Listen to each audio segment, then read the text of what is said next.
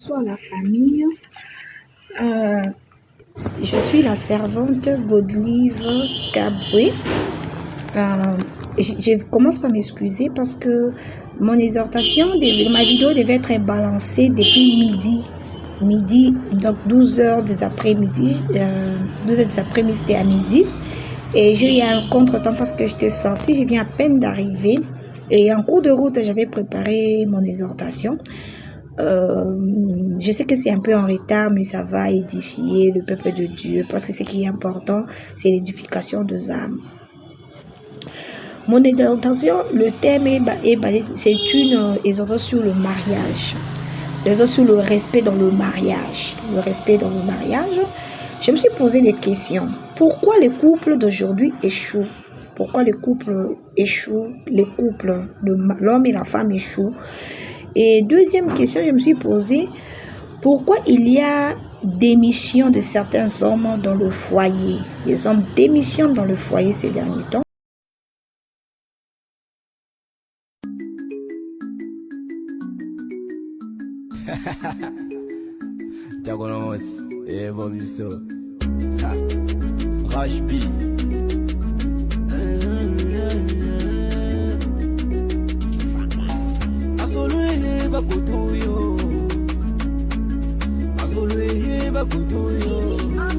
LGG Talks TV, la chaîne des entrepreneurs.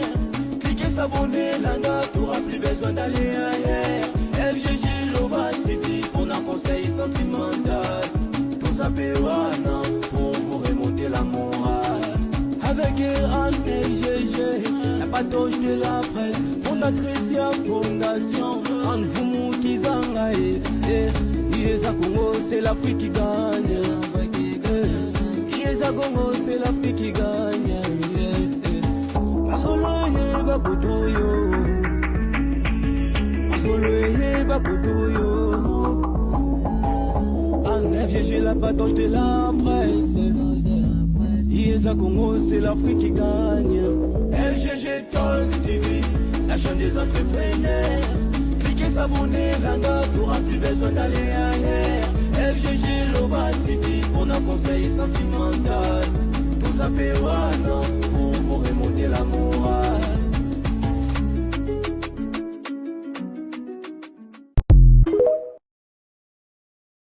Le passage tiré du livre Genèse chapitre 2, verset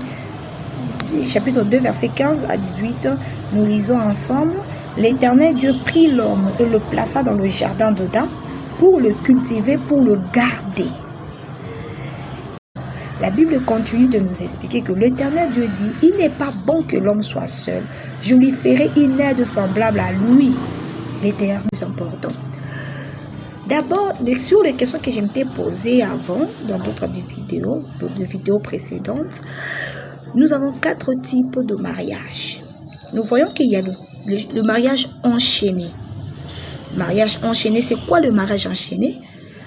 Donc, ce sont des mariages dont le couple est lié aux lois qu'ils ont trouvées dans la famille, soit dans la famille de l'homme, dans la famille de la femme, si la coutume exige que c'est le patriarcat ou le matriarcat.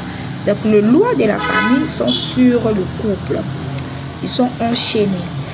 Le mariage marionnette, ça veut dire que c'est un couple dont c'est la belle famille ou la famille du mari ou la belle famille côté mari ou côté femme, on les tire. Ça veut dire que les décisions viennent de entités spirituelles, les décisions viennent de géants de la famille, de parents, des oncles, de tantes.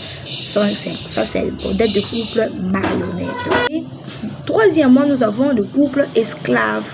Le couple esclave, ça veut dire que l'homme cherche le moyen et tous ces bénéfices, ça revient à la famille. Si la maman dit, aujourd'hui on a deuil, on doit cotiser sans demander l'aval à sa femme ou consulter son épouse, il donne de l'argent, il donne tout ce qu'il a, il doit d'abord bâtir pour sa mère. C'est un mariage esclave. Il y a là, ce sont des esclaves.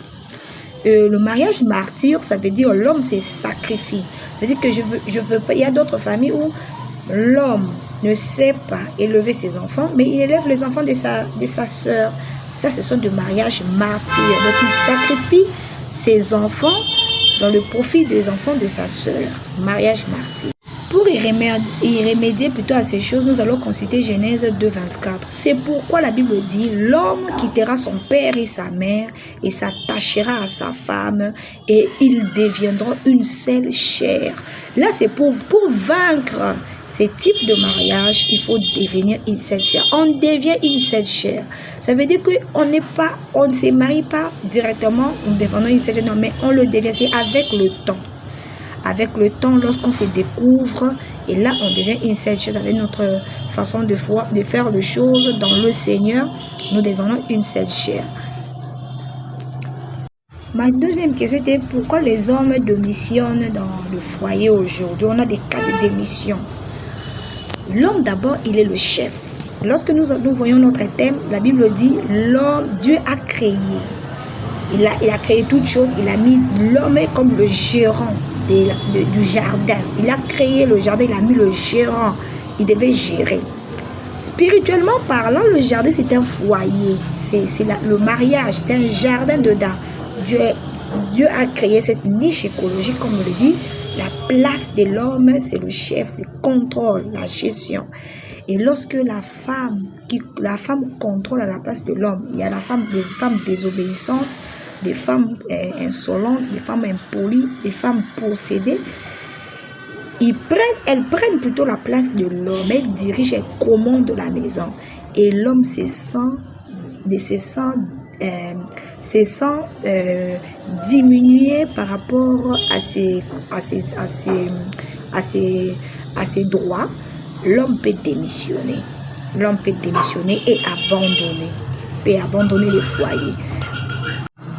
La famille, nous devons savoir que l'homme, étant que le chef de la famille, lorsque tu te maries, l'homme est le chef de la famille. Ça veut dire qu'il devient ton père, il devient ton grand frère, il devient ton chef. Avec que c'est une administration. C'est une administration, le mariage, c'est un foyer où il y a la comptabilité, il y a la gestion, la gouvernance. Donc, c'est une responsabilité. Il y a des lois, de principes que une femme ne peut jamais enlever dans sa tête. Le respect, la soumission, ce sont des choses que le couple. Et aujourd'hui, le couple est détruit parce que l'esprit de la rébellion est entré dans le mariage. Cet esprit de la rébellion, de la révolte a fait en sorte que la femme moderne aujourd'hui ne sait pas respecter l'homme, ne sait pas donner la place à l'homme. C'est pourquoi aujourd'hui, il y a la démission, il y a les abandons de foyer. Et comment apporter la solution sur ces cas de problème? Il faut se repentir, faire la repentance d'identification, se repentir, renoncer au mal, renoncer d'abord au mal, renoncer à ses péchés, renoncer à tout ce que tu as fait omis, à tout ce que tu te répands devant Dieu. Tu demandes la miséricorde de Dieu, que le Seigneur puisse t'aider à te repentir. Si tu étais une femme rebelle, que le Seigneur t'aide à te repentir. Et que si tu étais un homme démissionnaire, que le Seigneur t'aide à te repentir. Et que les choses puissent se renouveler dans le mariage. Que les choses puissent se renouveler dans la vie. Donc, tu dois accepter d'abord tes erreurs, tes défauts. Tu dois accepter, dire que moi je suis impoli. Je suis née dans une famille où on m'avait mal éduquée, on m'a raté. Et mes parents, depuis mon jeune âge, étaient impolis. Et comment tu dois faire? Tu dois te repentir. Tu dois avouer tes péchés. Tu dois le délaisser. Tu dois demander la miséricorde de Dieu. Et le Seigneur te portera le secours. Car la Bible dit, le secours de l'Éternel est toujours là pour nous. Dieu nous secourt toujours. Dieu secourt le juste. Ceux-là qui acceptent leurs péchés, ils acceptent leurs erreurs. Dieu le secourt, Dieu le délivre. La délivrance, ça commence par la prise de conscience. La délivrance commence par l'acceptation. La délivrance commence lorsque on accepte et on refuse. C'est ça la délivrance. Tu te dis que moi, à partir d'aujourd'hui, je dois devenir une bonne épouse. À partir d'aujourd'hui, je dois bien parler à mon mari, je dois réfléchir, je dois tourner ma langue plusieurs fois avant de répondre, même sous l'effet de la colère, je dois réfléchir. C'est ça la délivrance. Tu as accepté d'abord que tu es dans l'erreur, que mon mariage est dans l'erreur, demander la miséricorde de Dieu et que tu te décides, tu te dis que moi, j'ai besoin d'aide. Accepte d'abord que tu as besoin d'aide.